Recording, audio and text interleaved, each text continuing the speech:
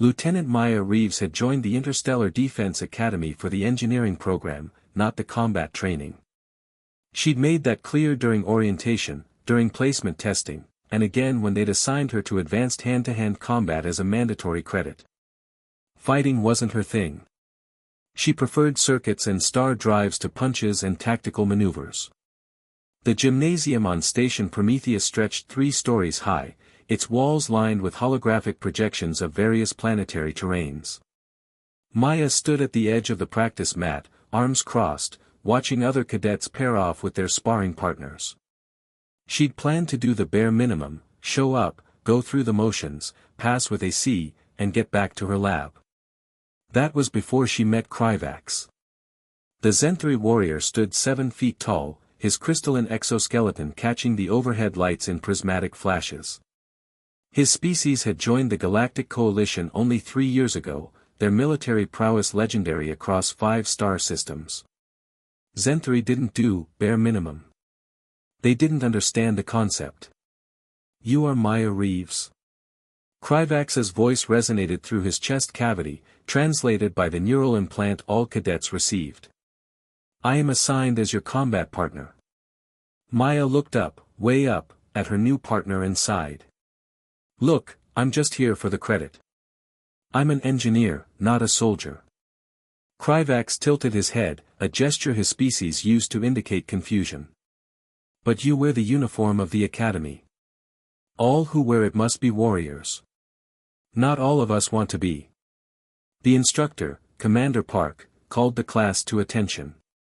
"Today we're running full contact scenarios. Gravitational conditions will shift randomly. Treat every engagement as real. Your partner is your opponent. Begin." Maya barely had time to raise her hands before the gravity dropped to Luna Standard. She stumbled, disoriented, as Kryvax moved with fluid precision.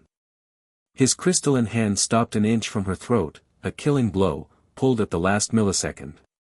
"You are defeated, ma'am," he said, the words sounding almost respectful. Something in Maya's chest tightened. "Ma'am." Like she was some fragile thing to be handled with care. Like she wasn't even worth the effort of a real fight. "Again," she said through gritted teeth. Kryvax stepped back, resuming his stance. The gravity shifted to Mars Standard, then Jupiter Heavy.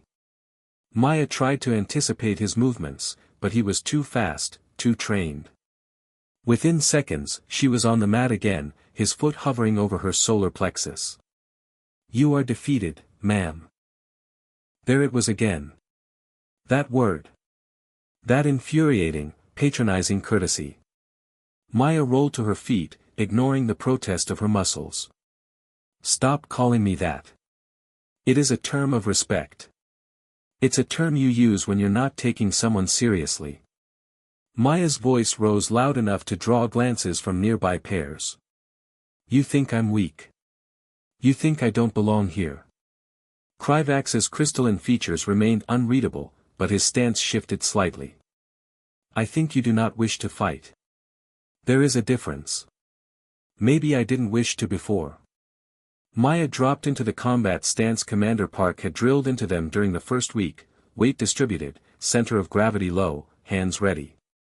"But I do now." For the first time, she saw something like approval flicker across Kryvax's alien features. "Then show me, Lieutenant Reeves." The gravity shifted to Earth Standard. Maya didn't wait for Kryvax to make the first move. She feinted left, dropped right, and swept his legs. The Zenthri warrior stumbled, and she pressed her advantage. Her strikes weren't elegant, weren't refined, but they were determined. Kryvax recovered quickly, his training asserting itself, but Maya didn't back down. She absorbed hits that would bruise, delivered strikes that barely phased her opponent, and refused to quit. When the gravity surged to Neptune Heavy, crushing weight pressing down on both of them, she used it, dropping low and using leverage instead of strength. The buzzer sounded, ending the round. Both combatants stood panting, neither clearly victorious. Commander Park approached, eyebrows raised. "Reeves, that was acceptable work." Coming from Park, it was practically a standing ovation. Kryvax extended his hand, the Zenthari gesture of respect between warriors. "You fight well, Lieutenant Reeves." "Not, ma'am. Not anymore." Maya clasped his crystalline hand, feeling the faceted surface cool against her palm. "I'm still an engineer," she said, but she was smiling. "But maybe I can be both." As she walked off the mat, muscles aching and uniform soaked with sweat, Maya realized something had shifted. She still didn't want to be a soldier. But she'd learned she could fight when it mattered, when her pride was on the line, when someone underestimated her, when she decided she was worth the effort. Sometimes, she thought, the best discoveries weren't made in laboratories. Sometimes they happened on combat mats, with alien partners who taught you things about yourself you never knew you needed to learn.